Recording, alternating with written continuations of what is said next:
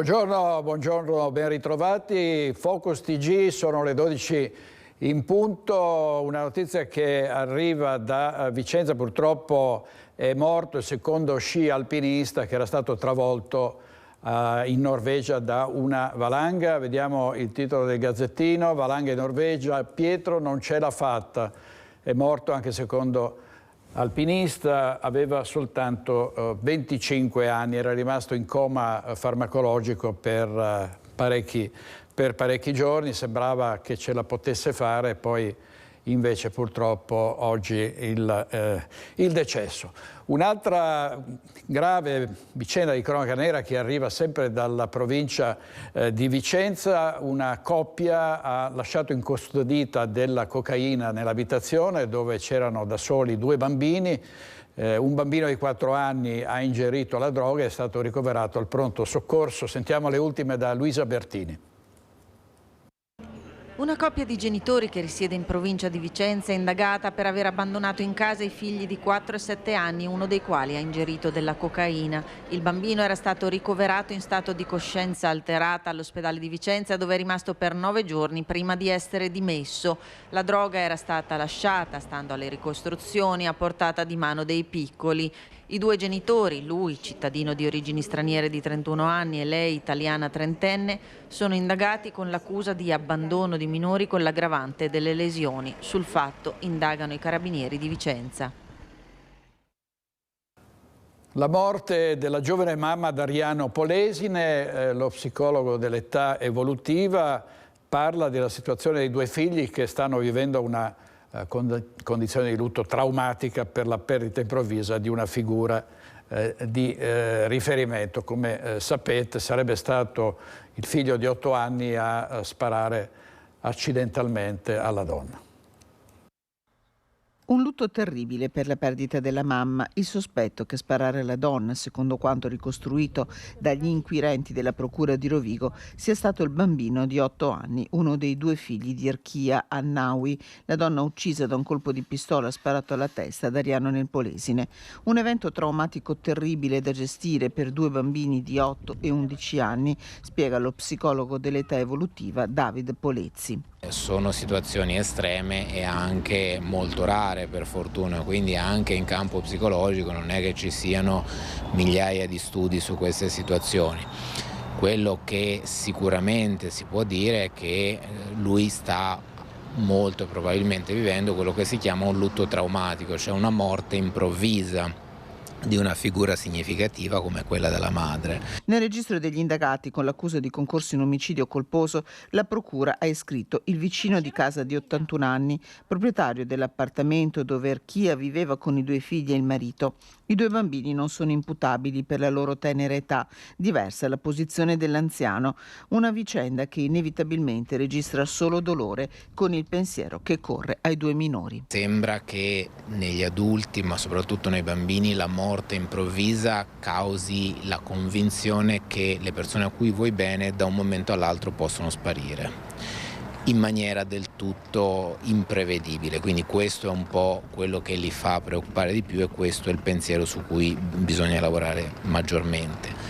Poi ci sono molti punti non chiari e che sicuramente hanno bisogno di un aiuto anche sociale e non unicamente psicologico.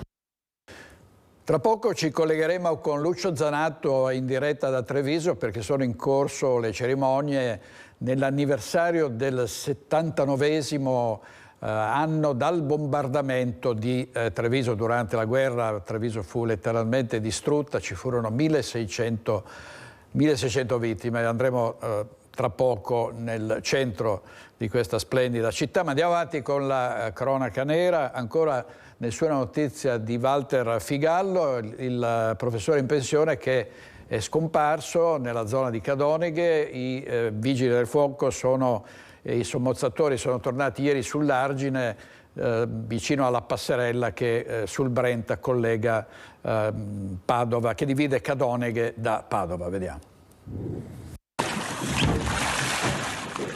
Sono tornati ad immergersi nelle acque del Brenta i sommozzatori dei Vigili del Fuoco della squadra di Vicenza alla ricerca di Walter Figallo, il professore in pensione di 67 anni, allontanatosi lo scorso 28 marzo dalla sua casa a Cadoneghe. 10 giorni di apprensione per la famiglia che ha lanciato vari appelli anche dai nostri microfoni.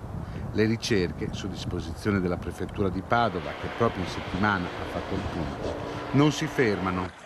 I vigili del fuoco sono tornati a setacciare il greto del fiume anche in queste ore, percorrendo il tratto da Ponte Vigo d'Arzere a Ponte di Brenta, ma Walter Figallo potrebbe essersi diretto verso Treviso, la sua città d'origine, dove spesso diceva di voler tornare. Andiamo in diretta a Mira, nel veneziano, da Ilaria Marchiori per una vicenda piuttosto grottesca. È un farmacista costretto a chiudere per via di sanzioni comunali che giudica ingiuste. In diretta Ilaria Marchiori. Sì, buongiorno direttore, buongiorno ai nostri telespettatori. Ci troviamo qui all'interno di una parafarmacia di Mira, in via Nazionale, quindi una parafarmacia centrale. Insieme a me c'è il titolare Andrea Ongarato, che ha voluto portare all'attenzione una situazione cui suo malgrado si è trovato. In sintesi, Ongarato, innanzitutto buongiorno. Di che cosa si tratta? Cosa le è accaduto? Ci siamo trovati a dover pagare delle sanzioni per delle pubblicità di cui non eravamo a conoscenza, che erano oggetto di questa tassazione, con un tempo molto stretto e un importo molto alto per quello che poi veniva chiesto. All'inizio non c'è stata data nessuna dimostrazione di quello che lo stavano chiedendo, quindi di fatto non avevo foto, non avevo nulla. Nelle varie repliche che abbiamo avuto con Abaco, che è il concessionario della riscossione della pubblicità, abbiamo cercato di avere il materiale, e dal materiale abbiamo visto che molti di questi pannelli pubblicitari che loro richiedevano non erano oggetto di tassazione, sono i servizi, sono quanto il nostro negozio sta offrendo. Ecco, lei si è in qualche modo visto recapitare queste sanzioni, che ammontano a quanto? Alla fine della fiera siamo oltre i 3.500 euro, per cui sono andati retroattivi fino al 2018 e hanno iniziato a calcolare le omissioni di pagamento secondo a quanto loro stabiliscono fino al giorno d'oggi. Ovviamente era al corrente di questa tassazione, di questa situazione, però quello che l'ha sorpresa particolarmente è stato il fatto che addirittura le siano state contestate delle promozioni all'interno del suo negozio, fotografate per così dire di nascosto dalla vetrina, quindi da fuori. Cosa hanno fatto? Fondamentalmente hanno approfittato del momento di chiusura del negozio, e questo sempre purtroppo, in modo da non dare la possibilità a noi di verificare quello che stavano fotografando, e attraverso il corridoio, che tra l'altro è un corridoio privato, hanno fotografato l'interno del negozio. Quindi nel conteggio totale delle competenze hanno fotografato i loghi delle aziende che noi gestiamo, un cavalletto dove facevamo dei servizi per la misura dell'udito, hanno calcolato che quello, perfino la croce esterna, che è un servizio, che c'è una scritta correvole che dice il tipo di servizio che noi facciamo, hanno messo anche quella come oggetto di tassazione, che dalla legge comunale non è previsto. Questo sembra proprio un voler uccidere il commercio, che sappiamo a Mira essere un po' bisfrattato anche dal comune, come mi dice lei. Siamo in forte difficoltà. Mira in questo momento, pur essendo un posto della Riviera del Brenta, quindi un posto piuttosto prestigioso, non sta offrendo nessun servizio supplementare perché la gente possa venire a Mira a trascorrere del tempo o fare degli acquisti. Quindi noi stiamo già soffrendo il nostro, perché non c'è il passaggio, non c'è la visibilità che avremmo bisogno. Più il momento economico che tutti conosciamo, veramente è molto difficile stare in piedi, e queste sanzioni che arrivano così gratuitamente ci possono creare grossi problemi per continuare a fare il nostro esercizio, il nostro dovere. Quello che lei e anche altri commercianti vogliono evidenziare è il fatto che il comune dice, invece di venirci incontro, così facendo ci mette ulteriormente in difficoltà. Sì, la cosa migliore sarebbe collaborare col Comune. Se il Comune ci insegna, ci aiuta, ci informa se stiamo facendo degli illeciti, delle cose che non vanno bene, è un collaborare. Se invece si aspetta sempre di sanzionare per fare cassa, è una cosa che non va bene, che dispiace, insomma, è una cosa che non può aiutare né noi né la popolazione, e tantomeno poi la fama del Comune. Ecco, questa è anche la situazione del signor Ongarato, titolare di questa parafarmacia, ma anche di altri commercianti qui a Mira. Dal canto suo il Comune ha già inviato una nota dicendo che sono a disposizione per dialogare con il signor Ongarato e anche altri. Il signor Ongarato non lo sapeva, ne è venuto a conoscenza proprio pochi minuti prima del nostro collegamento, quindi continueremo a seguire questa vicenda, vedremo anche come andrà, anche perché, come è stato ribadito, per i commercianti questo non è certo un momento semplice né facile da affrontare. Qui da Mira è tutto, restituisco la linea allo studio. Grazie Ilaria, grazie molte, buon lavoro. Intanto tra poco andiamo subito a Padova, vediamo prima un titolo preoccupante per quanto riguarda le condizioni di Silvio Berlusconi. Questa è la prima pagina del Corriere della Sera online, i globuli bianchi alle stelle per la causa la leucemia, l'insufficienza renale, le ore di Berlusconi in rianimazione. Le sue parole anche stavolta ce la farò, e poi le foto dei figli e del fratello Paolo. La questione della registrazione all'anagrafe dei figli delle coppie omogenitoriali, c'è uno scontro politico, il sindaco Giordani è tra i sindaci che sono favorevoli alla registrazione, contrariamente alle disposizioni della Cassazione e del Governo. Sentiamo in diretta da Padova Valentina Visentin, perché c'è anche la questione dell'ultima registrazione, quella del figlio di due mamme. A te la linea, Valentina.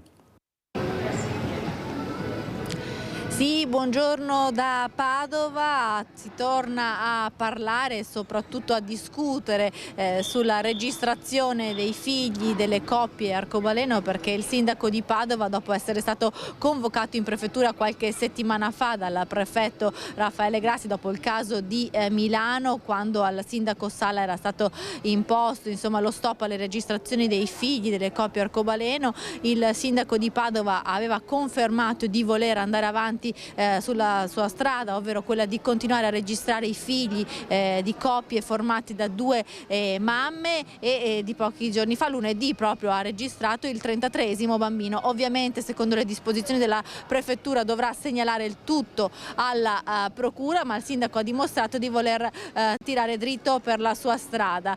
Sulla registrazione dei figli delle coppie arcobaleno ovviamente si è aperto il dibattito. Noi siamo andati a sentire i padovani che cosa ne pensano. Noi dobbiamo stare alle regole e non vedo perché Giordani non debba stare alle regole, indipendentemente da bambini, mamme, omosessuali o altro. È la regola, no? Il sindaco però ha detto che almeno per quanto riguarda i figli con le due mamme lui continua a registrare, infatti ne ha registrato uno.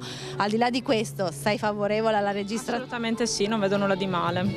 Assolutamente sì. Quindi secondo te il sindaco ha fatto bene a registrare? Certo. Ha fatto bene il sindaco a tirar dritto per la sua strada o no?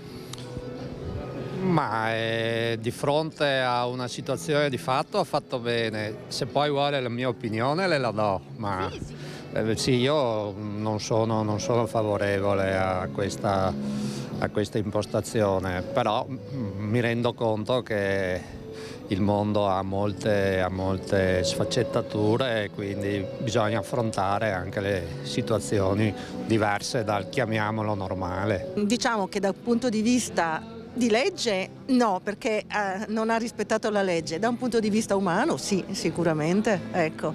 Quindi diciamo che ognuno deve lavorare secondo coscienza e spererei che lo facessero un po' tutti per questo, senza ovviamente andare fuori nei limiti di legge. Sono d'accordo comunque che tutti quanti abbiano un po' di una possibilità ovviamente nel poter dare, come dire, speranza ai bambini in generale, cioè anche alle coppie omosessuali. Ognuno ha le proprie idee e lui giustamente ha dato la sua,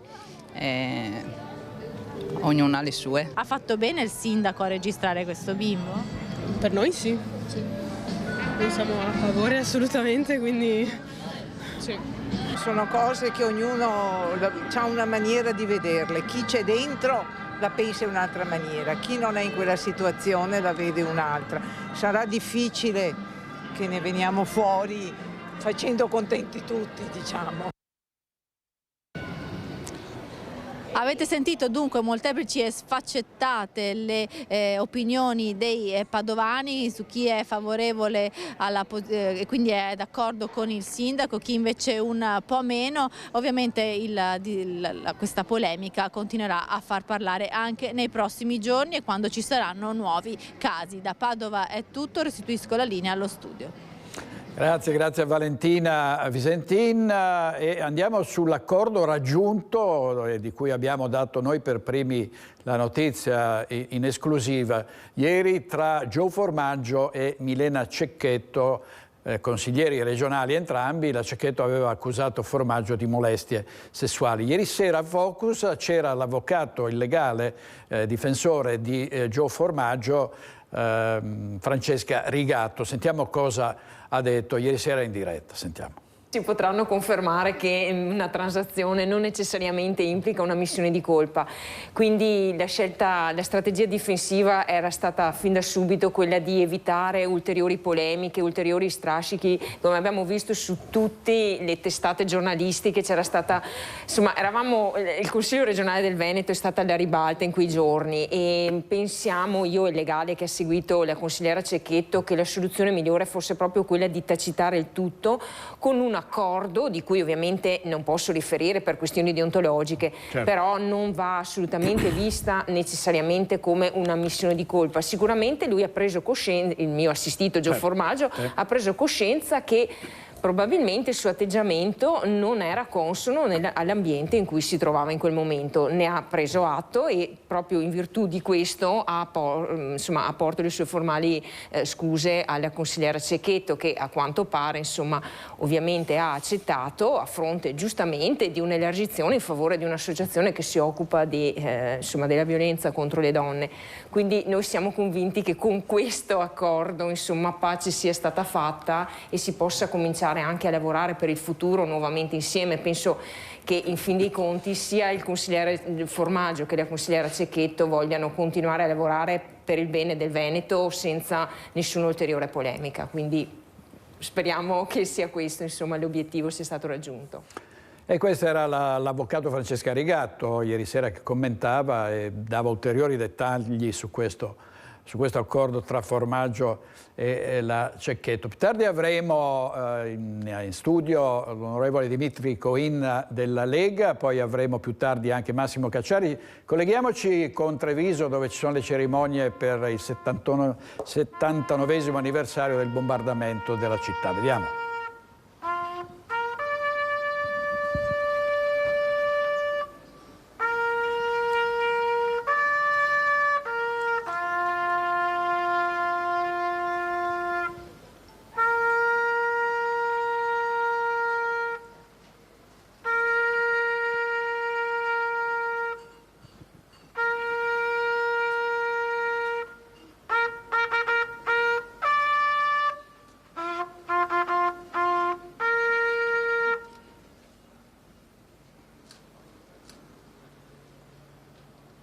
Riposo. Diamo ora la parola al consigliere comunale Davide Acampola, che darà lettura della preghiera delle vittime civili di guerra. Per tutti, attenti! Preghiera per i caduti e per le vittime della guerra. Signore della storia, Dio della vita, affidiamo a te i nostri caduti e tutte le vittime delle guerre e delle violenze che ancora insanguinano le nostre mani di uomini. Custodisci tu la loro vita, che ormai è nel tuo grembo di eternità, e fa che nessuna vita umana sia più calpestata e annientata dalla guerra. Custodisci tu i loro cari, dal cui amore essi sono stati sorretti, perché siano sostenuti e consolati dal tuo amore più forte della morte.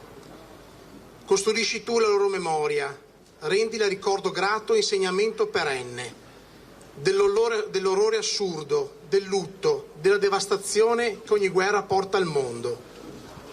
Custodisci tu la loro fratellanza, nella quale oggi riposano assieme, senza confini di popoli, alleanze e religioni, testimoniando che la guerra è sempre fratricida. Custodisci tu, o Padre, i nostri fratelli, caduti in guerra ma caduti nelle tue grandi braccia, dove è la pace vera per la quale essi hanno lottato e che ti supplichiamo di riversare sull'umanità. Amen. Riposo.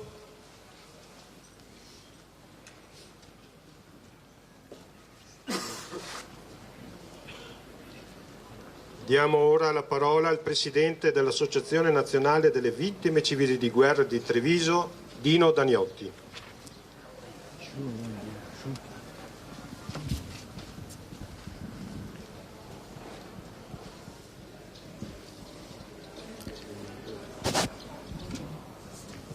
Onorevole signor Ministro, Eccellenza il Prefetto, signor Sindaco di Treviso, autorità tutte, civili e militari, associazioni combattentistiche d'arma, gagliardetti presenti con i loro gagliardetti, cittadinanza tutta, vittime civili di guerra, che ce ne sono qui anche oggi. Siamo qui a rendere omaggio alle vittime civili, soprattutto del 7 aprile 1944, ma ricordiamo anche quelle della precedente guerra 1918, perché sono tutte vittime civili. Come la targa riporta, vittime civili di tutte le guerre e dei conflitti nel mondo, che purtroppo anche oggi sussistono. L'Associazione Vittime Civili di Guerra è grata di questa occasione e ringrazia l'amministrazione comunale per aver accolto sia nel mettere questa targa a ricordo, sia nel rinnovare di anno in anno questa celebrazione, che non vuole essere una celebrazione retorica, ma è il nostro riconoscimento a tutte quelle vittime che sono cadute innocentemente e ai loro familiari che ne sopportano la cruda realtà della loro dipartita. Con questo sentimento cerchiamo di celebrare ovviamente questa ricorrenza e questo momento, fermo restando che poi abbiamo un altro appuntamento in piazza, anche quello che rinnoviamo con tanto amore e con tanto rispetto. Grazie ancora a tutti.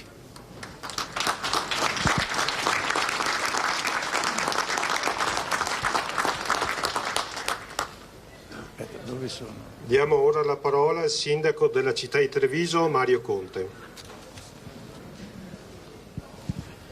Buongiorno a tutti, grazie Ministro per la sua presenza, grazie Dottor Nordio per la sua presenza soprattutto nella veste di cittadino trevigiano in una giornata che rappresenta 79 anni fa la giornata più buia della storia della città di Treviso, dove 1600 nostri fratelli e sorelle ci hanno lasciato.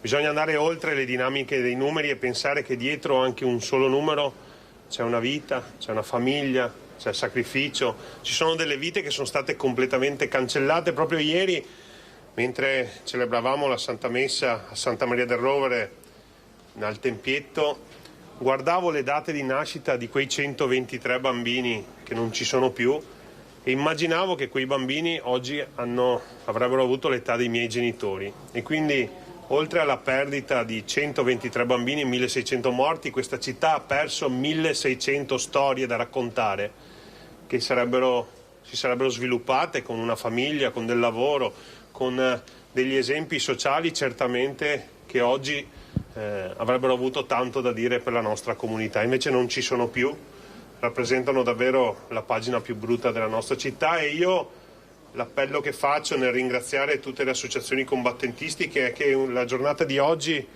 deve essere un monito per vivere in pace e mentre noi siamo qui a celebrare dispiace pensare che in Europa stanno piovendo bombe e ci sono ancora morti civili e quindi evidentemente l'umanità non ha capito la lezione del passato, però non dobbiamo arrenderci, dobbiamo continuare a coltivare la cultura della pace e del rispetto e quindi io sono onorato di celebrare ogni anno questo ricordo dei nostri concittadini, perché sia un messaggio di pace che Treviso lancia a tutto il mondo. Grazie per la vostra prestigiosa presenza oggi e viva Treviso.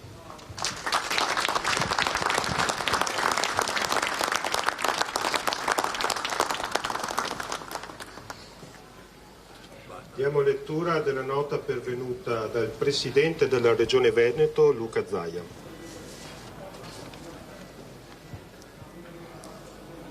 Pregiatissimo Sindaco Conte, il 7 aprile del 1944 rappresenta una ferita ancora aperta nella memoria collettiva della comunità trevigiana. In quel tragico Venerdì Santo, il patrimonio storico della Marca venne gravemente danneggiato in pochi istanti. L'eco delle bombe di ieri trovano purtroppo una sinistra eco nell'attuale situazione geopolitica internazionale. Considero pertanto le commemorazioni quanto mai attuali, poiché costituiscono un momento di riflessione collettiva. La pace rappresenta un valore profondamente interconnesso con la nostra identità. A rammendarcelo quotidianamente c'è il nostro gonfalone che, rifacendosi alla storica bandiera della Serenissima, lo evoca a lettere capitali, Pax. La Regione del Veneto, come solennemente postulato nel comma 7 dell'articolo 5 dello Statuto regionale, promuove la cultura di pace, opera per la giustizia sociale, i diritti umani, il dialogo e la cooperazione tra i popoli. Ed è proprio in forza a queste convinzioni che noi veneti, rammendandoci del ruolo svolto dalla città di Venezia, dobbiamo sfruttare queste occasioni per ribadire, mediante una forza ispirata dalla nostra identità, che non esiste invasione giustificabile. Esprimendo la mia vicinanza a questo appuntamento, voglio ricevere il mio cordiale saluto che per suo cortese tramite estendo a tutti i presenti nonché alle autorità partecipanti. Luca Zaia.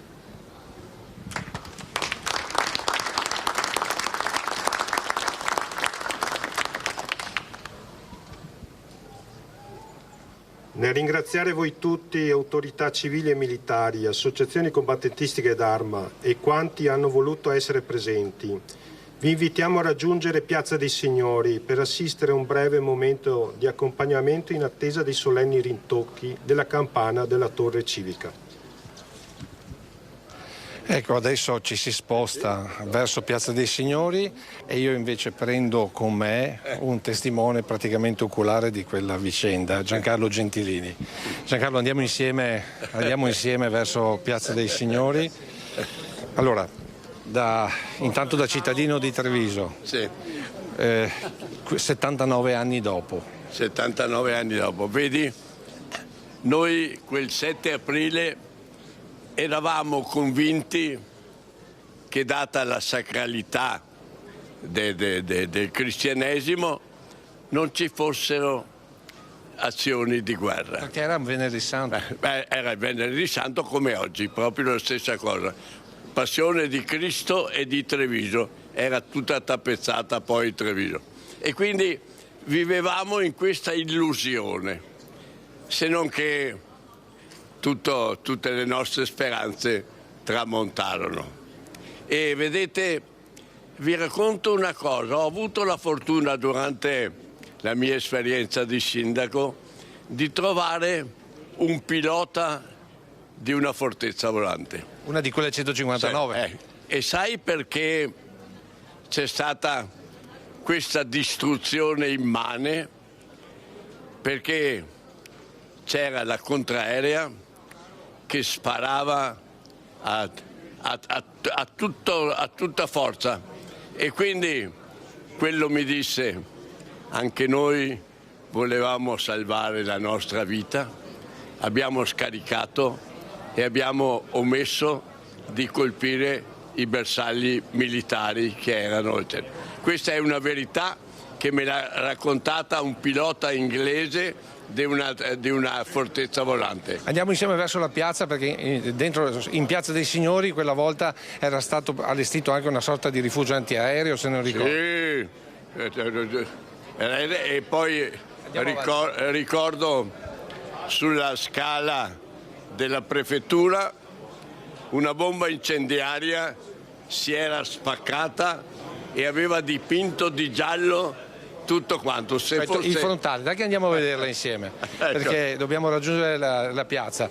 E lì poi più avanti, dove adesso c'è Piazza Borsa, c'era l'albergo Stella d'Oro. Lì si diceva che ci fosse Kessler. Grazie a Lucio Zanato per il collegamento da Piazza dei Signori. Avete visto prima il ministro Nordio, il sindaco Conte, c'erano anche Gianangelo Boffa, parlamentare della Lega, Rachele Scarpa, parlamentare del Partito Democratico. Ma andiamo a Vicenza per la notizia della morte del secondo sci alpinista che era stato travolto da una valanga in Norvegia, in diretta da Vicenza. Luisa Bertini. Sì, buongiorno a voi, buongiorno ai nostri telespettatori. Ci troviamo ad Isola Vicentina in compagnia del sindaco Gonzo, purtroppo per una brutta notizia, perché Pietro De Bernardini, il 25enne che era stato travolto insieme al gruppo di vicentini dalla valanga in Norvegia, non ce l'ha fatta. Oggi la notizia, lei è in contatto con i genitori che sono in Norvegia. Sì, il primo messaggio che ho ricevuto stamattina sul telefono è stato quello del papà di Alberto, di Pietro, Alberto il padre, che mi ha annunciato insomma, la dipartita del figlio. È stato un messaggio che mi ha congelato il sangue, ma che mi ha fatto correre anche a Filippo Bari, che mancò sulla Marmolada, e che in qualche modo ci aveva questo pensiero di Pietro che tornasse, ci aveva tenuto viva la speranza, ma il collasso che ha avuto nella notte se l'è portato via. Ecco, voi come amministrazione pensate a lutto cittadino, a qualche iniziativa in attesa del rientro della salma? È una riflessione che abbiamo già fatto come giunta, naturalmente vaglieremo la questione con la famiglia, però sì, è una questione che abbiamo già affrontato, che ci porterebbe a pensare di decretarlo. Ecco, voi siete in contatto con la Farnesina, si sa qualcosa del rientro della salma? Eravamo già in contatto prima, per quanto riguarda, si parlava di un rientro sanitario, e ora parliamo invece di un rientro di una salma, e comunque sì, siamo in contatto sia con l'ambasciata italiana ad Oslo, sia tramite la regione con la Farnesina qui in Italia. I contatti non mancano, sono già state avviate le pratiche anche per il rientro della salma, della famiglia stessa, e siamo in contatto insomma, con dei loro referenti, quindi ora tutto si svolgerà secondo le pratiche nei tempi congrui. Ecco, io ringrazio il sindaco Gonzo e restituisco a voi la linea. Grazie Luisa Bertini. Saluto e ringrazio qui in studio l'onorevole Dimitri Coin, parlamentare della Lega. Buongiorno Coin, grazie per essere qui con noi. Allora vediamo una svolta importante. Ieri è stato aperto il collegamento tra la Pedemontana Veneta e la 27. Entro l'estate, ha detto Luca Zaia, si chiuderà anche dall'altra parte in direzione territorio vicentino per collegare la Pedemontana alla Venezia-Milano. Vediamo cosa ha detto ieri Salvini a Spresiano, ministro per le infrastrutture, ha parlato della 27 ma anche di altre opere fondamentali per questo territorio. Sono 2 chilometri ma sono importantissimi, l'immagine del Veneto che non si ferma mai. Nuovamente nella Marca, e un'ennesima trasferta l'annuncia per dopo Pasqua, il ministro delle infrastrutture Matteo Salvini elogia il raccordo della Pedemontana con l'A27 e la determinazione che ci è voluta nel realizzare quest'opera. È figlia dell'Italia dei sì, ma è quella del Mose, che se avessimo ascoltato i no ci sarebbe Venezia sott'acqua, il sì alle Olimpiadi che porterà strade, impianti sportivi, ricchezza, turisti, il sì all'alta velocità, e penso a Vicenza, ma poi penso al quarto lotto della tangenziale di Treviso. Stiamo lavorando su progettazioni e finanziamenti. Esatto, che tempistiche possiamo dare su queste opere, Ministro? Al Ministero stiamo recuperando risorse, perché ovviamente per fare tutto occorrono risorse e portare in pari i progetti. Terza corsia tra Cessalto e Portogruaro, il tratto maledetto della A4, uno dei principali dossier sulla sua scrivania, dice Salvini, che ha ben presente anche le istanze che arrivano dall'Alta Marca per il nuovo ponte di Vidor. Ho incontrato i sindaci, è un progetto su cui ho garantito massima attenzione. Poi non mi piace dire di sì a gratis a tutti, perché ovviamente non posso riempire l'Italia di ponti, però è una zona che di quell'infrastruttura ha sicuramente bisogno e quindi l'attenzione del Ministero sarà totale. Una toccata e fuga quella a Spresiano del Ministro, impegnato nel pomeriggio nel Consiglio dei Ministri sulla siccità, in cui si è deciso di istituire una cabina di regia e un commissario straordinario nazionale. Noi come Ministero stiamo correndo come matti per chiudere tutti i lavori che abbiamo trovato sospesi, dighe, invasi, stiamo investendo milioni di euro per ridurre la dispersione dalle tubature. Infine la politica, Salvini glissa sui contrasti in Veneto tra Lega e Fratelli d'Italia. La competizione io ce l'ho sempre con la sinistra e con le sinistre, non dentro. Sicuramente aver vinto in Friuli Venezia Giulia con numeri così impressionanti ci dà fiducia. Allora, molti cantieri aperti, ha detto Salvini, è proprio l'attenzione del governo sulle infrastrutture del Veneto e su questo si innesta, onorevole Coin, anche la vicenda del PNRR, no? Con le preoccupazioni per opere che andrebbero realizzate entro certi tempi e purtroppo ci sono dei ritardi, i sindaci sono in difficoltà, cosa ne pensa? Beh, intanto io penso che l'inaugurazione ieri del collegamento tra la 27 e la Pedemontana sia un evento epocale, un evento che cambierà la viabilità di questa parte della nostra regione.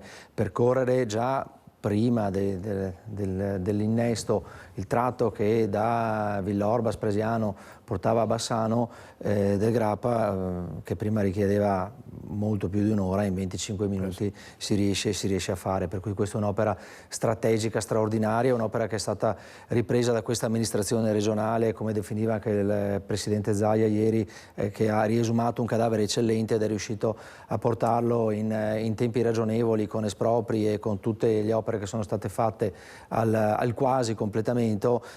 Sarà appunto un'opera che cambierà la viabilità di questa parte della regione. Come parlava anche il Ministro Salvini, le opere per il Veneto però strategiche sono tante, si va dalla terza corsia della 4, c'è un sovraccarico di traffico nella 22, nell'autostrada del Brennero, al quale bisognerà magari pensare di trovare una soluzione, e poi c'è anche tutto il ragionamento sul porto di Venezia, cioè le infrastrutture per una regione come il Veneto, che vuole essere una regione all'avanguardia dal punto di vista della produttività, ma anche dal punto di vista tecnologico e delle infrastrutture. Le sfide sono tante. Questo governo con Salvini come ministro le sta prendendo in mano e da quel che mi risulta si stanno sbloccando tantissimi cantieri. L'attenzione che ha dimostrato anche nel venire a parlare con i sindaci che erano toccati direttamente dal ponte di Vidor, nonostante sia un'opera che interessa altre realtà locali, dimostra appunto tutta l'attenzione che si vuole riversare. Per quanto riguarda i finanziamenti del PNRR e tutte quelle situazioni che sono emerse in questo periodo anche a livello parlamentare, ci sono da fare alcune considerazioni, perché è vero che il PNRR sono dei fondi che fanno parte del grande complesso del Next Generation EU, quel finanziamento di 750 miliardi che l'Europa mette a disposizione degli Stati durante la pandemia per la ripartenza economica. Non sappiamo ancora effettivamente quanto ci costi, cioè l'Italia è l'unico paese che ha preso tutta la parte a debito. Noi partiamo con oltre 190 miliardi, di cui 69 sono a fondo perduto e i rimanenti sono a debito. Su quegli a debito non sappiamo ancora effettivamente quanto ci costino, e la riflessione che io avevo fatto già in commissione all'epoca, in commissione politica europea all'epoca, e che comunque la Lega ha sempre fatto, è quella di farsi una domanda: ma perché questi soldi che noi abbiamo preso dall'Europa con vincoli ben precisi di utilizzo non ce li siamo finanziati emettendo titoli di Stato, dove l'Italia comunque nelle emissioni di titoli di Stato ha sempre una domanda che è minimo doppia rispetto all'offerta. Negli ultimi 10 anni questo è sempre accaduto. Dove avevamo comunque una spesa libera non avevamo vincoli di nessun tipo rispetto appunto all'utilizzo di questi soldi.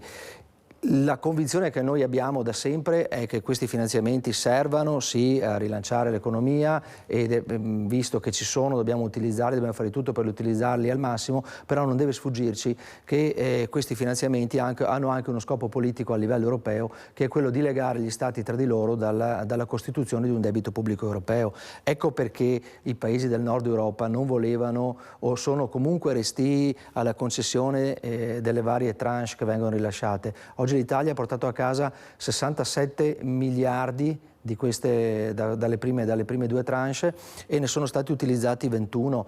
I rimanenti sono ancora in cassa e la terza tranche di 21,8 che però sono 19 netti perché gli altri 2,8 sono stati anticipati nei 67 devono ancora essere deliberati. Quindi è una situazione che può avere delle evoluzioni di diverso tipo.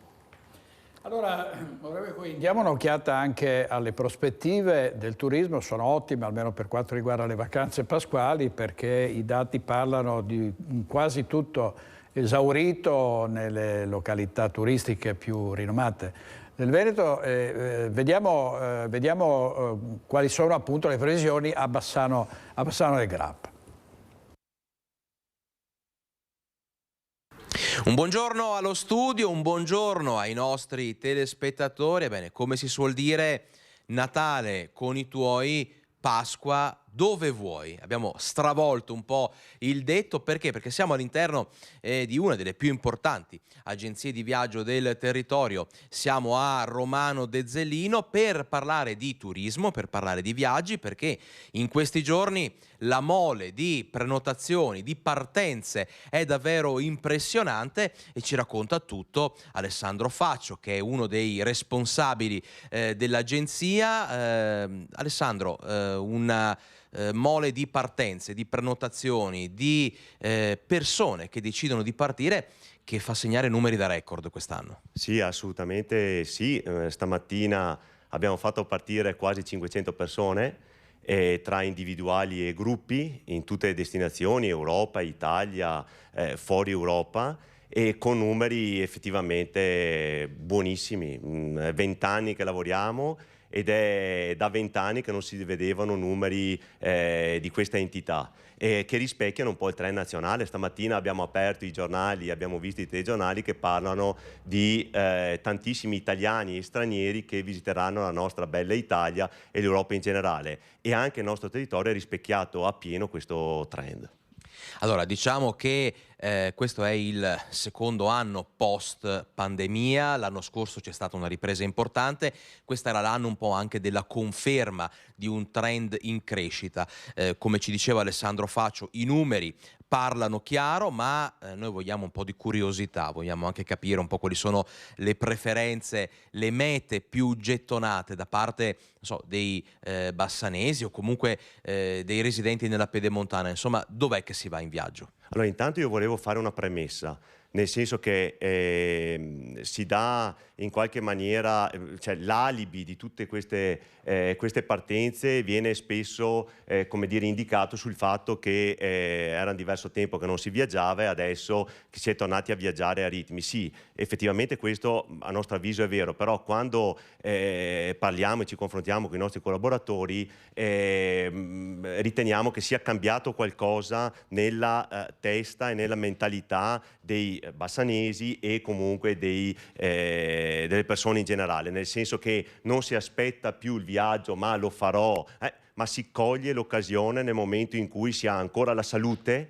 che è un valore che è diventato all'apice, insomma, del pensare collettivo, ecco, e poi successivamente ovviamente si guarda i budget, le destinazioni e quant'altro, ma soprattutto si coglie l'occasione al balzo. Quindi le destinazioni, per arrivare alla domanda, le destinazioni di quest'anno cos'è? Beh, Italia, città d'arte, mare e montagna, sì, più mare che montagna, capitali europee e anche viaggi a lungo raggio, ecco. Un orientamento principale verso i viaggi organizzati, nel senso che vediamo sempre più i clienti che abbandonano il fai da te, a parte che per casi insomma sporadici o comunque persone che insomma sanno come muoversi anche nell'ambito del web, ma affidarsi a professionisti, ed è quello che invito sempre a fare, ma non necessariamente, cioè in tutte le agenzie, tutti ottimi professionisti del territorio che vi sapranno dare il consiglio giusto e fare le prenotazioni nel modo giusto senza rischiare assolutamente niente.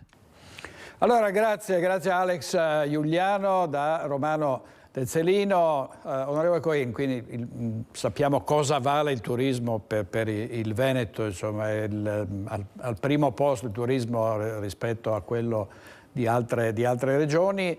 Sarà un anno diciamo proprio della ripresa, almeno queste sono le previsioni, no?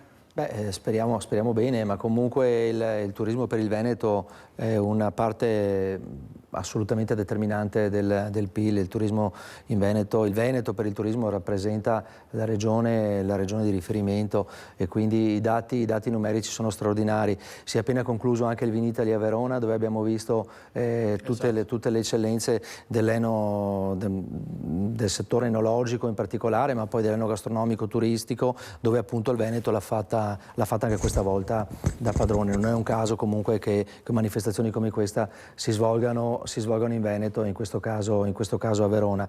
Le città per il turismo in Veneto non si contano, tutte le città sono turistiche dal punto di vista, come dicevamo poco fa, dell'enogastronomia, di tutte quelle tradizioni che noi abbiamo, ma anche dal punto di vista storico-culturale. Ogni città è straordinaria. Quando mi capita di portare qualche ospite in giro per Treviso, noi siamo abituati a camminare da trevigiani a Treviso guardando per terra, ma quando abbiamo qualche ospite che portiamo in giro per la città, alziamo gli occhi, guardiamo i monumenti, le opere che ci sono, i corsi d'acqua, e li portiamo in tutti quei locali tipici che abbiamo, facciamo una figura straordinaria rispetto a quello che questa città e il nostro Veneto offre.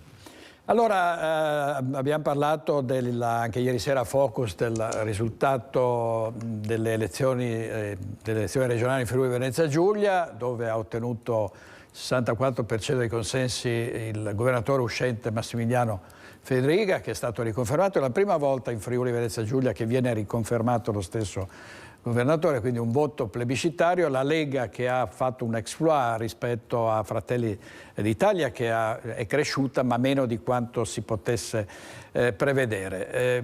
Poi ci sono ovviamente anche in Friuli Venezia Giulia problemi, a volte contrasti tra gli alleati della stessa coalizione. Vediamo l'incontro ieri a Verona tra il nuovo coordinatore, il nuovo segretario regionale della Lega Flavio Tosi, della Lega di Forza Italia, chiedo scusa, Flavio Tosi, insieme al coordinatore trevigiano sempre di Forza Italia Fabio Chies. Vediamo.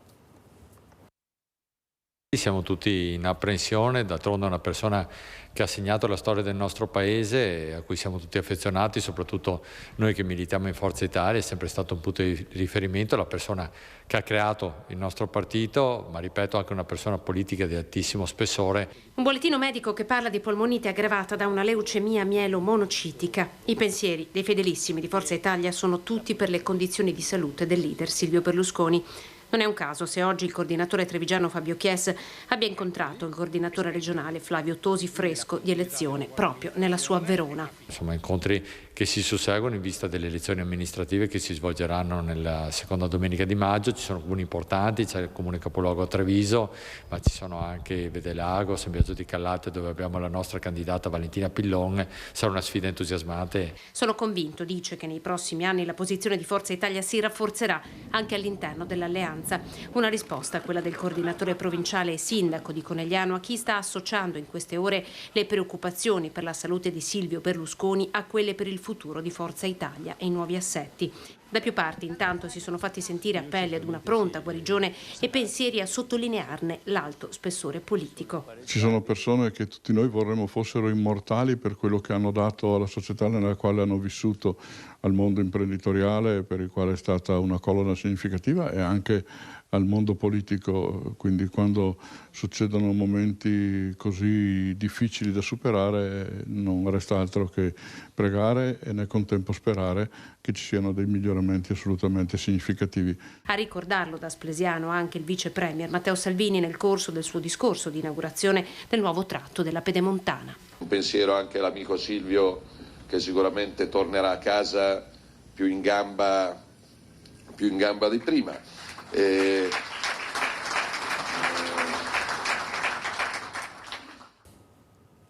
Servizio di Anna De Roberto, il 14 e 15 maggio si vota per le amministrative, ovviamente tutti gli occhi puntati su Treviso e Vicenza. Onorevole Coin, quali sono, diciamo, c'è una campagna elettorale in corso, sono voti importanti anche in tantissimi altri comuni, San Donà di Piave e molti altri, no? Beh, innanzitutto mi associo anch'io al pensiero verso il Presidente Berlusconi perché possa superare questo momento davvero di grande difficoltà. Per quanto riguarda le amministrative, noi qui in provincia di Treviso abbiamo 10 comuni che vanno al voto. Il principale appunto è Treviso, dove il sindaco Mario Conte si ripresenta e dove comunque l'alleanza di centrodestra è un'alleanza compatta che ha trovato sintesi sia nel comune di Treviso che nel comune di Vedelago e anche nel comune di Motta di Livenza. Questi sono i 3 comuni sopra i 10.000 abitanti che vanno al voto in provincia di Treviso. In altri comuni dove è stato possibile, come diceva prima l'amico Fabio Chies, a San Biagio di Callalta ci si è messi assieme, altri dove non è stato possibile, come ad esempio ad Arcade, le strade si sono divise e ognuno farà il suo percorso. Noi siamo convinti di riuscire a far bene in questa tornata elettorale. Il dato, come si diceva prima, del Friuli Venezia Giulia è comunque un dato confortante, dove al voto della Lega di fatto va sommata anche la lista civica del Presidente Federica, perché il Presidente Federica è comunque uno storico militante della Lega e la squadra che ha costruito attorno a sé è una squadra comunque assolutamente di area, che ha raccolto i voti che potevano essere comunque all'interno della nostra area. Oramai la prossima settimana si chiuderanno le liste e poi si inizierà il vero confronto elettorale in campagna elettorale. Ecco, qui lei è da poco segretario provinciale della Lega a Treviso. C'è una sfida ovviamente, quella di Mario Conte rispetto a Giorgio Denardi, candidato del centro-sinistra. Come si dà per sicuramente riconfermato Mario Conte, almeno questi sono i pronostici che si fanno e che si sentono. Io credo che Mario, con massimo rispetto per tutti quelli che ci metteranno la faccia e che si propongono per rappresentare comunque i cittadini anche di altri schieramenti politici, io credo che Mario comunque abbia svolto un lavoro straordinario per Treviso, tenendo anche in considerazione il fatto che ci sono stati questi 2 anni di Covid e di pandemia che hanno reso difficile l'amministrazione per tutti quanti i sindaci. La città di Treviso è una città amministrata benissimo, dove non ci sono crepe di nessun tipo e quindi penso che i trevigiani non abbiano il dubbio nel confermare Mario Conte alla guida della città. Un dato però sul quale non bisogna, che non va assolutamente sottovalutato e che è emerso anche in Friuli Venezia Giulia, è che bisogna che la gente vada a votare. Dobbiamo ritornare a essere rappresentativi. Su Treviso questa problematica non c'è, ma dobbiamo ritornare ad essere coinvolgenti nei confronti dei cittadini per far capire loro che il voto è assolutamente un esercizio di democrazia, è un esercizio dei propri diritti e del proprio pensiero che va praticato. Il 65% in Friuli Venezia Giulia che non è andato a votare, perché se non ricordo male, se non erro, insomma, è il 45% quelli che sono andati a votare, quindi il 55% sono quelli che non ci sono andati, è un dato molto, molto alto. Per le amministrative 15 anni fa votava l'80%, il 75%, quindi è un dato che deve far riflettere tutti quelli che si impegnano facendo politica a rappresentare i propri cittadini. È vero, insomma, un'affluenza molto, molto bassa anche questa volta. Andiamo a Bassano del Grappa, dove c'è stato un terremoto politico, ma la maggioranza di Elena Pavan poi si è ricompattata. Vediamo. Si dice excusatio non petita, accusatio manifesta, ovvero una scusa non richiesta è un'accusa palese. In parole povere, chi si scusa si accusa, e questa è la prima cosa che viene in mente quando si vedono il sindaco Elena Pavan e i rappresentanti dei 3 partiti di governo della città parlare in una conferenza stampa di chiarimenti, conferme, amicizie e alleanze dopo il passaggio del vice sindaco Andrea Zonta dalla lista Pavan Sindaco a Fratelli d'Italia. Tutti pronti a ribadire che il centrodestra è unito, anche se a dire il vero nessuno ha mai parlato di fratture nella coalizione. Si era parlato invece di un terremoto, della tenuta della Lega di fronte a questo scombussolamento, di un cambiamento negli equilibri politici locali, quasi uno specchio di quanto accade con altri protagonisti e altri toni proprio in questi giorni a livello regionale. Il centrodestra unito vince e vince bene, lo abbiamo visto in Friuli Venezia Giulia. Ricordiamoci che i partiti sono fatti di persone, noi in questo momento stiamo ponendo le basi con delle persone unite, coese, che sono abituate a lavorare assieme. La corrente moderata del trittico, quella di Forza Italia, ribadisce il concetto di coesione anche per il futuro. Penso che in questi 4 anni abbiamo dato riscontro con anche le persone che sono state deputate ai vari enti cittadini, di aver dato proprio prova di questa nostra capacità, che pensiamo di portare anche all'interno del prossimo mandato elettorale. Eppure Fratelli d'Italia getta acqua sul fuoco. L'intento è appunto quello di andare avanti e continuare per fare il bene di Bassano e arrivare al 2024 con le idee chiare. Già il 2024. Fra un anno Bassano torna al voto e su questo argomento l'ultima parola spetta comunque al sindaco, che si mette a disposizione della città e del suo partito per correre per l'eventuale bis. Abbiamo accolto favorevolmente l'ingresso in amministrazione di Fratelli d'Italia. Il messaggio che abbiamo voluto dare oggi è forte, è chiaro e parte proprio dall'unione di questi 3 partiti che lavorano insieme. C'è stato un momento in cui Zonta ha guidato una civica Pavan sindaco. Se dovessero esserci i presupposti politici, lei è pronta a guidare una civica Zonta sindaco? Credo che queste decisioni verranno prese da un tavolo politico che va ben oltre, ben al di sopra dei rappresentanti cittadini dei 3 partiti. Ripeto, il sindaco uscente ha delle prerogative, sono prerogative della Lega. Sindaco di Bassano Elena Pavan, e poi onorevole Coin, c'è stato anche il caso Marcato, no? Qui in questo studio c'è stato uno scontro al fulmicotone tra Marcato e Luca De Carlo di Fratelli d'Italia, perché Marcato ha detto che Fratelli d'Italia vuole maggiore coinvolgimento col cavolo, ha detto in maniera ancora più colorita, no? Su queste situazioni voi siete abilissimi a mettervi ad enfatizzare le cose. Io credo che comunque quello che si dice durante le serate di partito alla fine sia quello che magari i militanti che si hanno davanti vogliono sentirsi dire. Poi la politica è qualcosa anche di un po' più raffinato, di un po' più sottile, e gli equilibri da mantenere sono altri. È anche vero che comunque ogni elezione elegge il proprio livello politico. Le elezioni regionali hanno eletto il Consiglio regionale, quindi gli equilibri all'interno sono quelli che sono stati determinati da quelle elezioni, non certo dalle elezioni politiche, anche perché probabilmente a queste elezioni amministrative il quadro cambierà ancora e quindi non è che si può essere così volubili nell'adattarsi ad ogni cambiamento di risultato elettorale. Su Bassano del Grappa diciamo che è il preambolo a quello che sarà una prossima tornata elettorale, dove in Veneto i comuni al voto saranno la stragrande maggioranza. Ne abbiamo 55 solo qui in provincia di Treviso, con ben 4 comuni sopra i 15.000 abitanti: Vittorio Veneto, Preganziol, Paese su tutti, insomma, ecco. E quindi abbiamo Mogliano, e quindi questi sono i 4 comuni sopra i 15.000 abitanti. È chiaro che gli assestamenti ci saranno, ma come diceva giustamente anche il sindaco, alla fine poi per chi è legato a dinamiche politiche di partito saranno i tavoli politici comunque a stabilire quali saranno gli spazi e quali saranno le persone che poi si metteranno a disposizione per rappresentare i cittadini. Bene, grazie molte, grazie all'onorevole Dimitri Coin. Andiamo, grazie, buon lavoro. Grazie. Andiamo in pubblicità 2 minuti e poi in collegamento in diretta il professor Massimo Cacciari. Parleremo del centro-sinistra del Partito Democratico in Veneto dopo la nomina a segretario del partito di Elly Schlein. A tra poco, state con noi, grazie.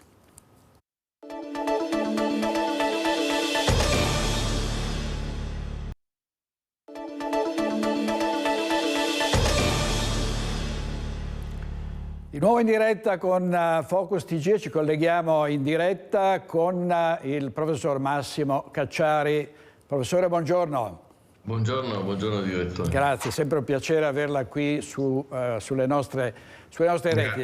C'è l'imbarazzo della scelta di questi tempi, perché poi cercherò di andare anche su argomenti di cui si parla fin troppo, ma è giusto parlarne. Mi interessa molto sapere interessa a noi tutti sapere la sua opinione. Però partirei dal centro-sinistra. In Veneto, in vista delle amministrative del 14 e 15 maggio, si vota in città importanti come Treviso e Vicenza. A Vicenza Giacomo Possamai cercherà di scalzare il sindaco uscente Francesco Rucco. Come cambia il centro-sinistra, in particolare il Partito Democratico, anche qui in Veneto, dopo l'elezione della Schlein, che ha virato a sinistra? Stando ai risultati del Friuli Venezia Giulia, mi pare che l'effetto ancora in questi territori del nuovo segretario si faccia sentire poco. D'altra parte è difficile pensare che in breve tempo la Schlein possa imprimere chissà quale svolta al Partito Democratico. Lo potrà fare soltanto dopo che si è formato intorno a lei un gruppo dirigente rinnovato, e bisogna vedere se questo le riesce. E il discorso è molto vecchio, lo sanno tutti, insomma. Il Partito Democratico, le forze di sinistra e di centrosinistra nelle regioni del nord sono smottate da tanto tempo. Vi erano dei baluardi che tenevano ancora sostanzialmente intorno a Venezia, e abbastanza casualmente poi situazioni tipo quella che si era determinata a Vicenza o a Padova, ma però sostanzialmente non vi è una presenza territorialmente organizzata e radicata della sinistra e del centro-sinistra nel Veneto, come in grandissima parte in Lombardia e in tutto il nord. Recuperare questa situazione sarà difficile, e non si fa con l'opinione, non si fa con movimenti di opinione. Lo si fa soltanto se la Schlein saprà organizzare un partito davvero territorialmente radicato e per fare questo riconoscendo quelle che sono le poche o tante energie sussistenti nel territorio, cosa di cui finora non hanno dato alcun segno. Basta pensare a come sono stati trattati alcuni deputati uscenti nelle ultime elezioni politiche. Quelle pochissime energie che c'erano espresse in questi territori sono state prese a calci nel sedere, letteralmente, dai vertici nazionali del Partito Democratico. Quindi la Schlein deve cominciare tutto quasi da capo, cioè riorganizzare il partito, ma ha la testa la Schlein per fare un partito che non c'è, perché attualmente in tutto il nord non esiste una forza organizzata realmente. Quindi si tratterà di vedere. Queste elezioni credo che potranno segnare certamente una svolta rispetto al recente passato. Ecco, c'è stato il voto in Friuli Venezia Giulia, ha vinto col 64% Massimiliano Fedriga. Come valuta appunto, quello è un segno chiarissimo, no? Un segno chiarissimo che non basta l'immagine, c'è un'immagine nuova alla Schlein, certo, un'immagine nuova, in qualche modo obbligata, perché dopo la Meloni come si faceva ad avere un'immagine diversa e bisognava andare lì. Ma appunto, al di là di questi giochi eterni di immagine, che sono un tratto abbastanza disperante delle politiche del PD o delle forze di centrosinistra negli ultimi 20-30 anni, no? Questo inseguimento disperato dell'immagine, del capo che contrastare la destra, il centrodestra alla ricerca del Berlusconi nostrano. Cioè, è un gioco che è finito, è un gioco che non funziona, insomma, no? Nel modo più assoluto. Quindi bisognerà vedere se la Schlein appunto si limita ad essere un'immagine nuova o se costruisce un nuovo partito. Ma per costruire un nuovo partito bisogna avere in testa che cos'è un partito, insomma bisogna volerlo fare, e staremo a vedere, ma al momento è chiaro che queste elezioni anche nel Veneto finiranno più o meno come sono finite quelle del Friuli Venezia Giulia. Professore, apriamo una brevissima finestra su Piazza dei Signori in occasione del 79esimo anniversario del bombardamento di Treviso. Ci furono 1600 vittime, non so se ci sono già stati i rintocchi. Ecco, ci sono i rintocchi.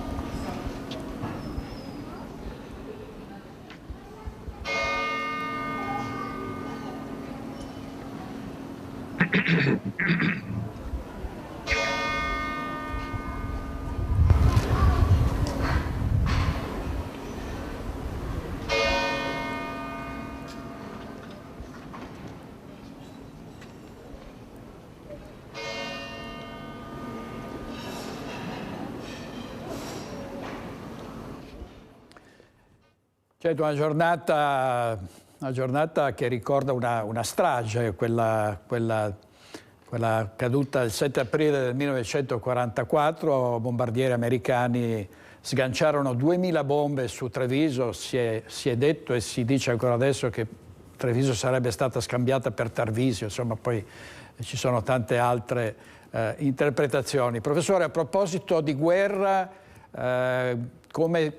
come si sta comportando a suo giudizio il governo, l'opposizione rispetto alla guerra in Ucraina? Una situazione che vede una escalation senza fine. Sì, parrebbe che ormai la soluzione si debba trovare sul campo. E con tutti i rischi che questo comporta, perché il campo può allargarsi fino a coinvolgerci tutti direttamente, e con prospettive anche catastrofiche che non vedo allontanarsi. Mi pare che sia del tutto evidente un'assoluta impotenza europea e di conseguenza anche italiana, perché è impensabile una politica estera a questi livelli condotta da un solo paese, poi non certo leader sotto nessun aspetto come il nostro. Quindi è inutile gettare la croce sul governo questo e su qualunque altro al posto suo. Il problema è un'impotenza europea. L'Europa avrebbe potuto avere una politica estera tale da prevedere anche il rischio di questo tragico conflitto e tentare davvero di evitarlo. Non l'ha fatto, così come non ha fatto nulla in Medio Oriente, così come non ha fatto nulla per l'Iraq. Se la politica estera europea sul piano davvero di capacità di intervenire all'interno del grande gioco politico internazionale, degli equilibri geopolitici, la capacità europea in questo senso si sta ogni giorno di più drammaticamente manifestando come nulla. Questo è il dramma. Senza una potenza che media, e non può essere la Cina che è l'avversaria strategica degli Stati Uniti, poteva essere e può essere solo l'Europa, magari anche con l'aiuto di quel ultrademocratico che è il presidente della Turchia, ahimè. Se fosse utile anche lui, ben venga. E comunque insomma può essere l'Europa e la Turchia eccetera che possono operare una mediazione per giungere almeno al cessate il fuoco e cominciare a ragionare sulle cause di questo conflitto e su come superarle. Se no altrimenti il confronto diventerà sempre più un confronto ravvicinato e diretto tra Stati Uniti, cioè NATO. Gli Stati Uniti sono evidentemente il potere che controlla in toto la NATO, e la Russia. Quanto riusciranno a far restare la guerra in quei confini ucraini, che già ovviamente è una tragedia incredibile, e se dovessero giungere anche qualche incidente basterebbe, anche qualche incidente basterebbe, al di là della volontà dell'uno o dell'altro. Quindi occorre che l'Europa dia segno di vita, insomma, occorre che l'Europa dica la sua, occorre che l'Europa tutte insieme, non un giorno Macron, l'altro giorno i tedeschi, uno in base a determinati interessi, l'altro ad altri interessi, tutti nazionali. Ecco, no, l'Europa insieme dice: siamo qui, questo è il tavolo nel quale vi preghiamo di sedere tutti quanti, Russia, Ucraina, Stati Uniti, per trovare almeno intanto un cessate il fuoco. Almeno intanto un cessate il fuoco. Questo dovrebbe essere fatto, secondo me. Dopodiché non viene fatto, e cosa vuole che faccia un governo da solo? Un governo da solo può parlare a voce più alta di un altro, ma parlare come ha parlato Macron, come hanno parlato i tedeschi, ma si tratta di parole, non di fatti. Sì, è una situazione, devo dire, sempre più allarmante, drammatica. Professore... E se permette anche costosa per noi, no? Perché certo, appunto, come vado ripetendo da tempo, non è che qui ci sia l'Occidente contro la Russia, qui ci sono tanti diversi paesi, a qualcuno magari, non dico conviene, ma certamente da un punto di vista economico-sociale pesa enormemente di meno di un altro. E il paese su cui pesa di più questa situazione è il nostro, che è certamente, rispetto anche a Francia e Germania, il più debole in Europa. E quindi da questo punto di vista credo che il nostro governo, la Meloni, dovrebbe cercare di insistere con gli alleati nel dire: almeno riconosceteci questo maggiore peso che noi sosteniamo nei confronti per quanto riguarda tutte le sanzioni nei confronti della Russia, almeno questo, no?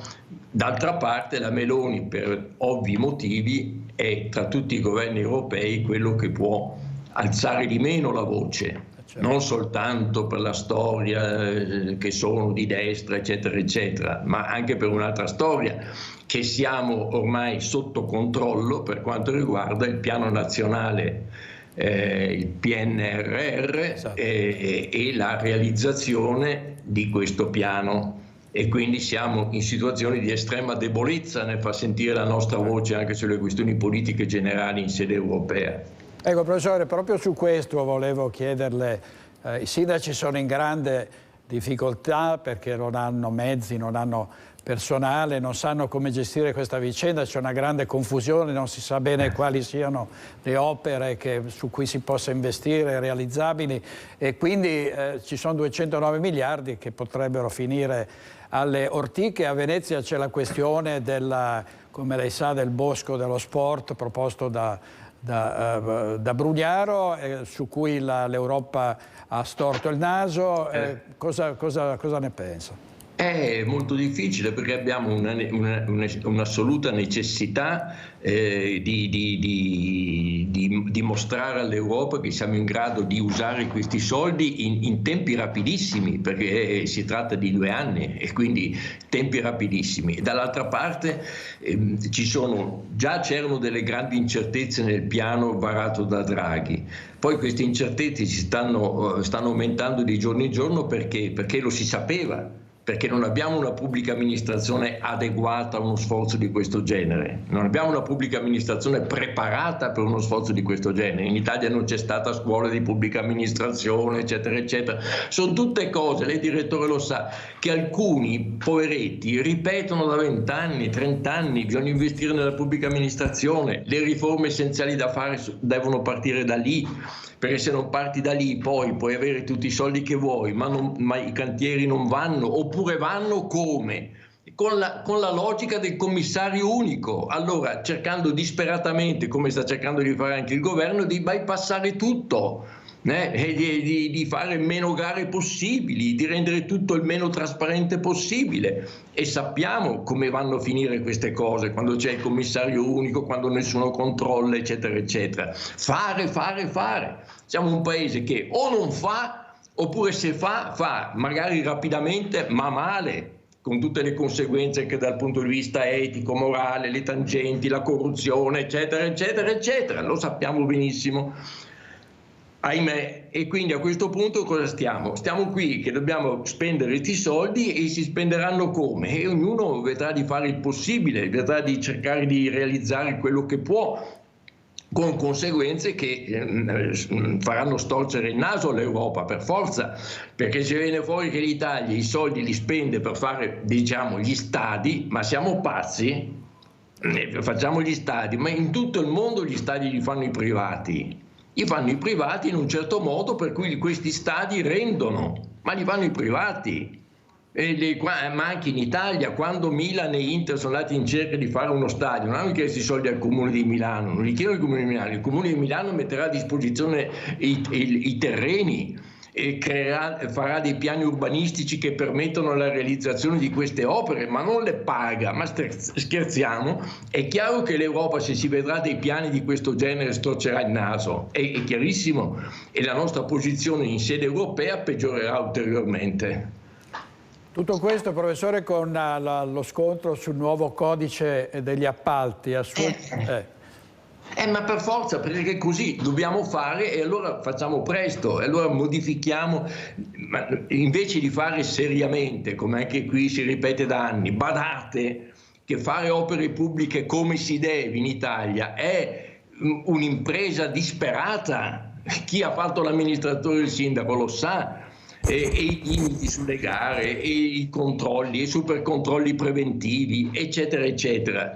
La sovrapposizione di competenze. Prima di partire devi mettere d'accordo intorno a un tavolo. A volte mi è capitato intorno a un tavolo di avere 15, 20, 25 enti che devono dire la loro.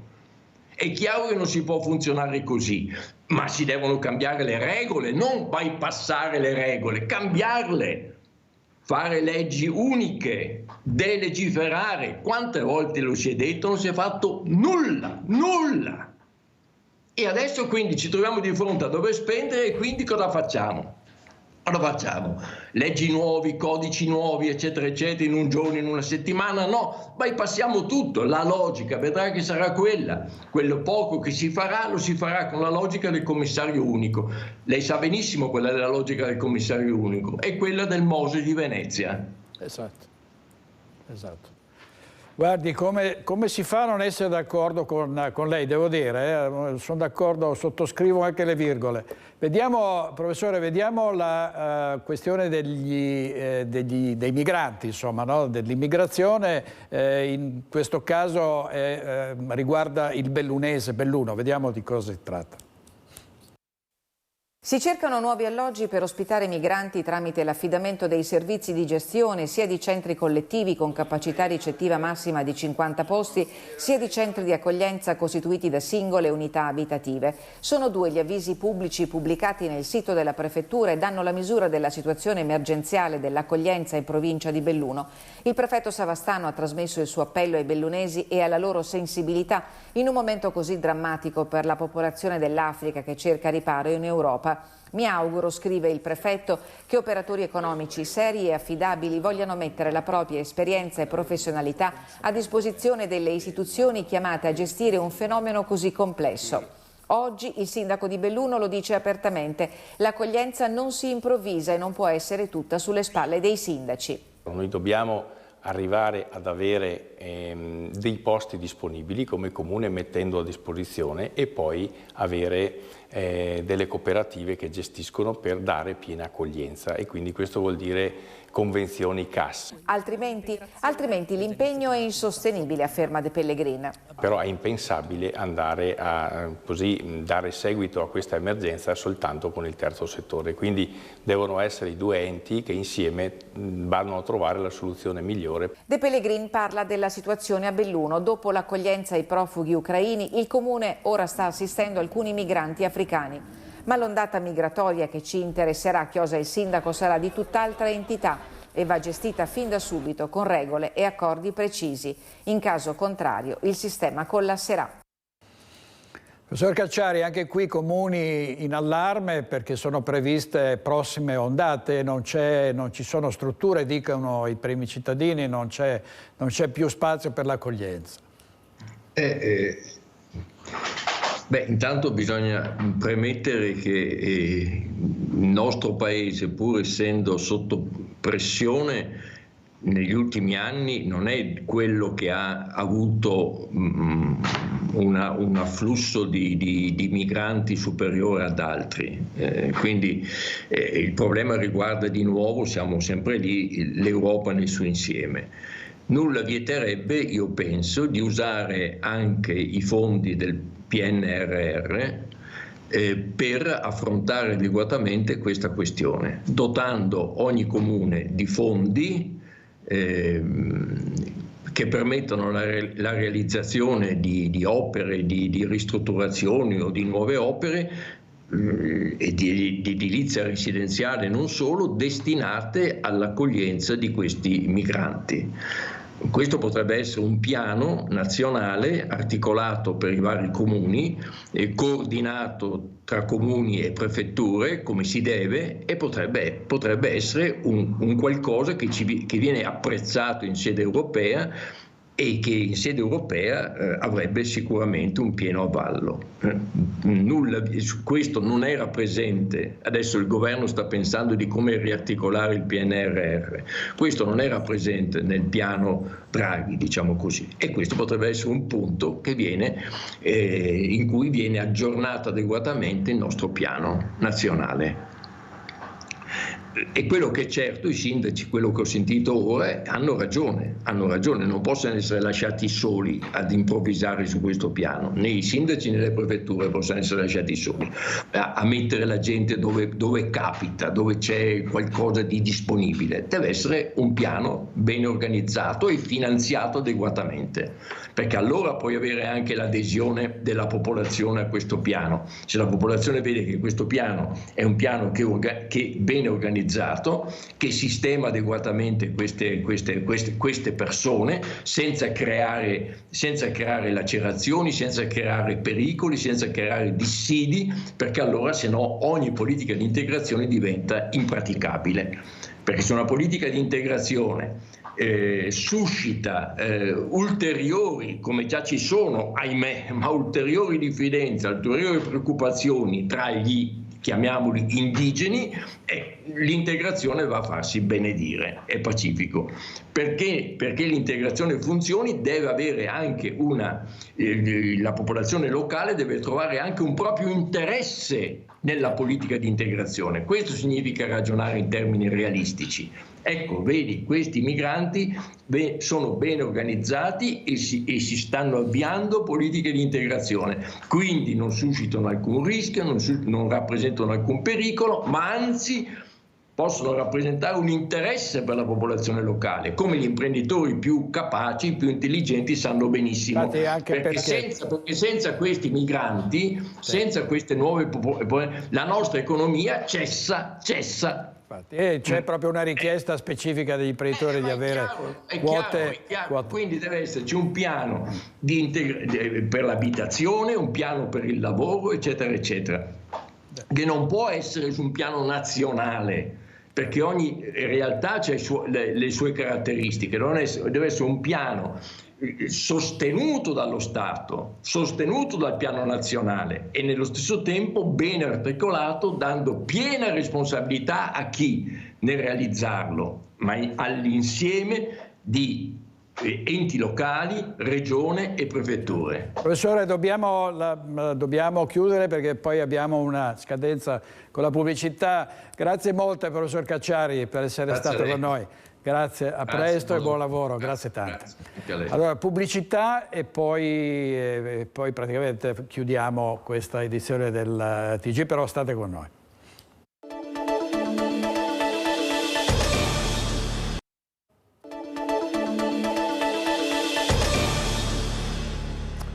È tutto per oggi, in regia Tony Esposito con Simone Merlo, grazie per averci seguito fin qui e ci vediamo stasera con Focus, se lo vorrete, alle 21:15. Arrivederci.